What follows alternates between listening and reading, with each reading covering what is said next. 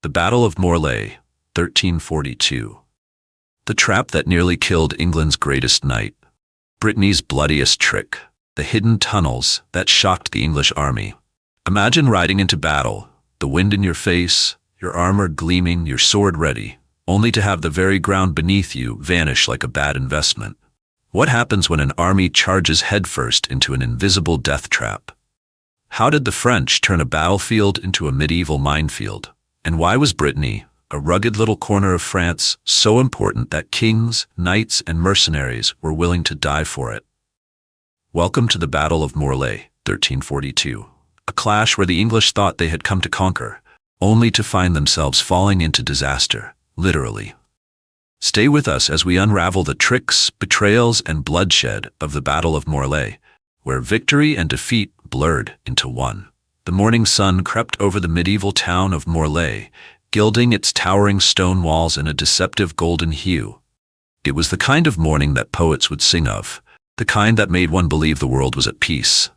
But peace was a lie. The town was silent, too silent, a hush that only came before the storm of battle. Farmers had abandoned their fields, their plows left to rust.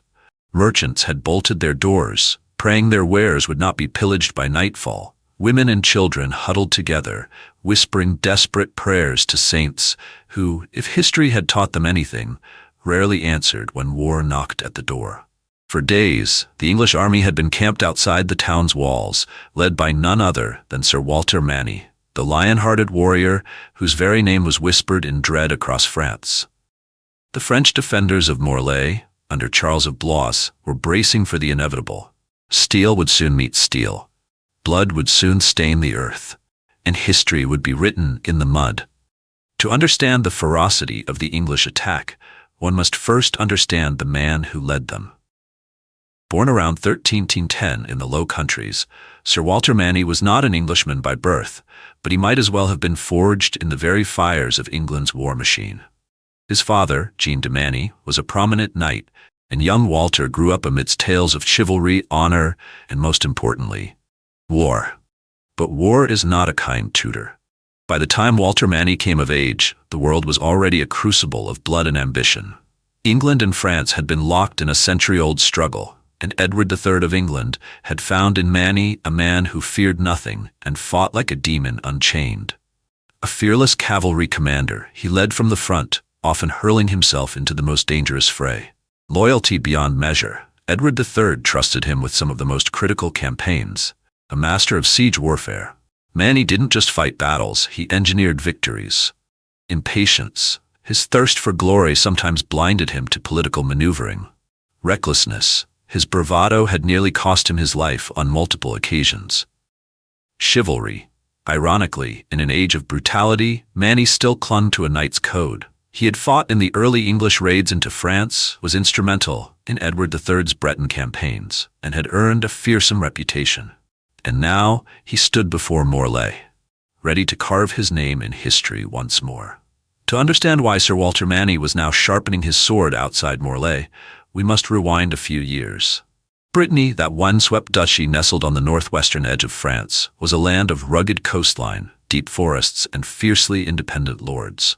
For centuries, Brittany had flirted with both England and France, playing one against the other for its own advantage.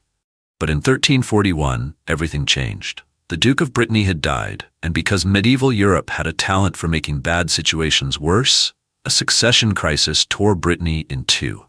Two men laid claim to the duchy. Charles of Blois, nephew of Philip VI of France, married to the late Duke's daughter, Jeanne of Penthièvre. With the might of the French crown behind him, Charles seemed destined for victory. But there was one problem: John de Montfort. Half-brother of the late Duke, he claimed Brittany by right of direct male lineage. His claim was shaky, but he had one crucial ally, Edward III of England.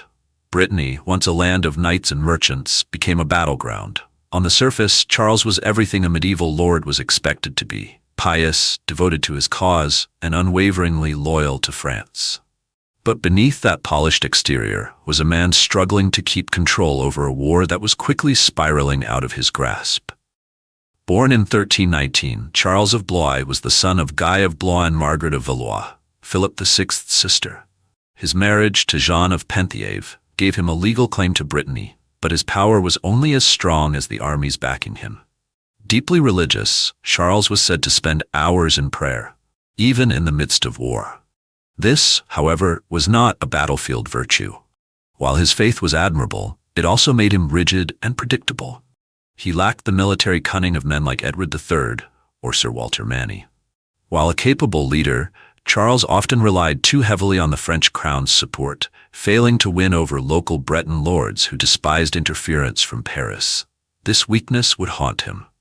If Charles of Blois was the pious statesman, John de Montfort was the ruthless opportunist. A sharp, pragmatic leader, Montfort knew that he had no chance alone. His decision to side with Edward III was not out of loyalty, but out of sheer necessity. He needed English steel and gold, and he was willing to sell Brittany's allegiance to get it. Montfort had spent his life navigating the treacherous waters of feudal politics, constantly trying to outmaneuver France's influence. He was a fighter, but he lacked the raw battlefield charisma of his English allies. Montfort's alliance with England made Brittany a proxy war zone in the larger struggle between England and France. By the summer of 1342, Edward III had had enough. If Montfort was going to win Brittany, it would be at the edge of an English sword. Enter William de Bohun, Earl of Northampton, an unflinching commander. By August 1342, an English fleet landed in Brest, storming ashore with the energy of men who had spent too much time at sea and were looking for a good fight. Sir Walter Manny wasted no time. Like a man late for a feast, he led a lightning campaign, storming fortresses and towns in rapid succession. The English moved fast, cutting through French resistance like a hot knife through butter, or, in this case, like a longbow through chainmail. With only 5,000 men, including deadly English longbowmen, battle-hardened knights, and Breton allies who despised Charles of Blois, Manny set his sights on Morlaix. He was determined to take the town before the French reinforcements arrived, but the French had a plan of their own. The morning sun crept over the medieval town of Morlaix, casting long shadows over the English camp. Banners fluttered in the crisp autumn breeze, displaying the golden lions of England and the defiant standards of Manny's Breton allies.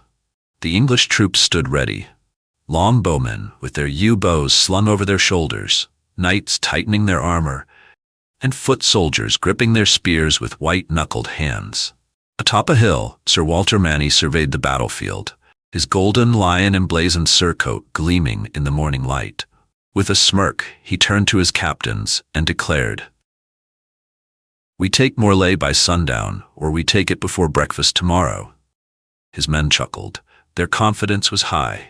They had crushed French forces before. But Charles of Blois had not been idle.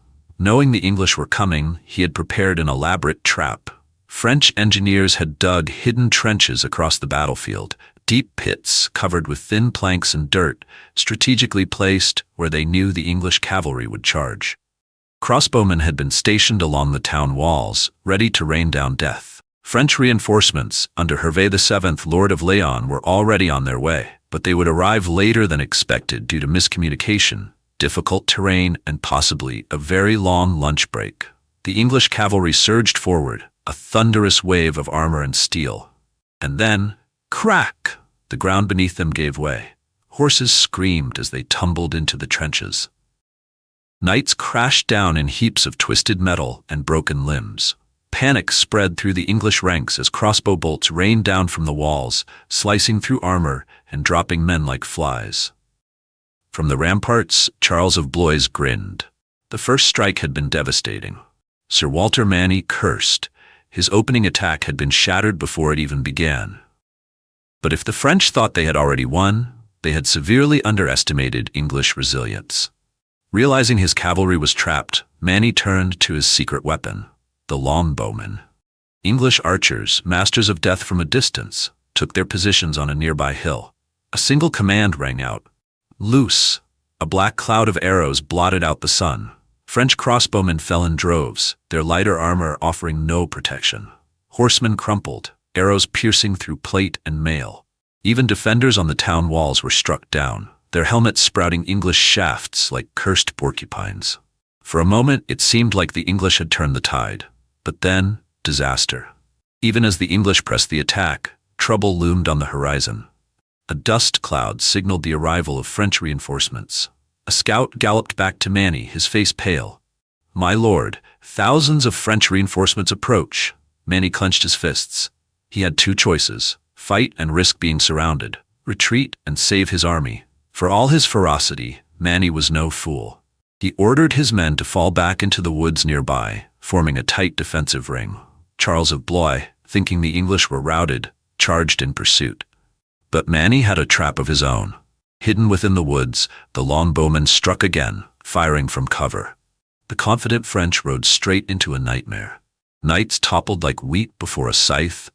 The woods became a slaughterhouse, bodies piling up as the French assault collapsed into chaos. The battle raged until nightfall. By the time darkness swallowed the field, both sides were too battered to continue. The English still stood, but Morlaix remained in French hands. Both sides declared victory. The truth? No one had won. The war for Brittany, and the 100 Years' War itself, was far from over. Morlaix remained a French stronghold, for now. The English longbow had once again proved its superiority over French crossbows. Trench warfare, an early glimpse of future conflicts, had been used effectively to break cavalry charges. Most importantly, this was not the end. The war for Brittany would rage on, just as the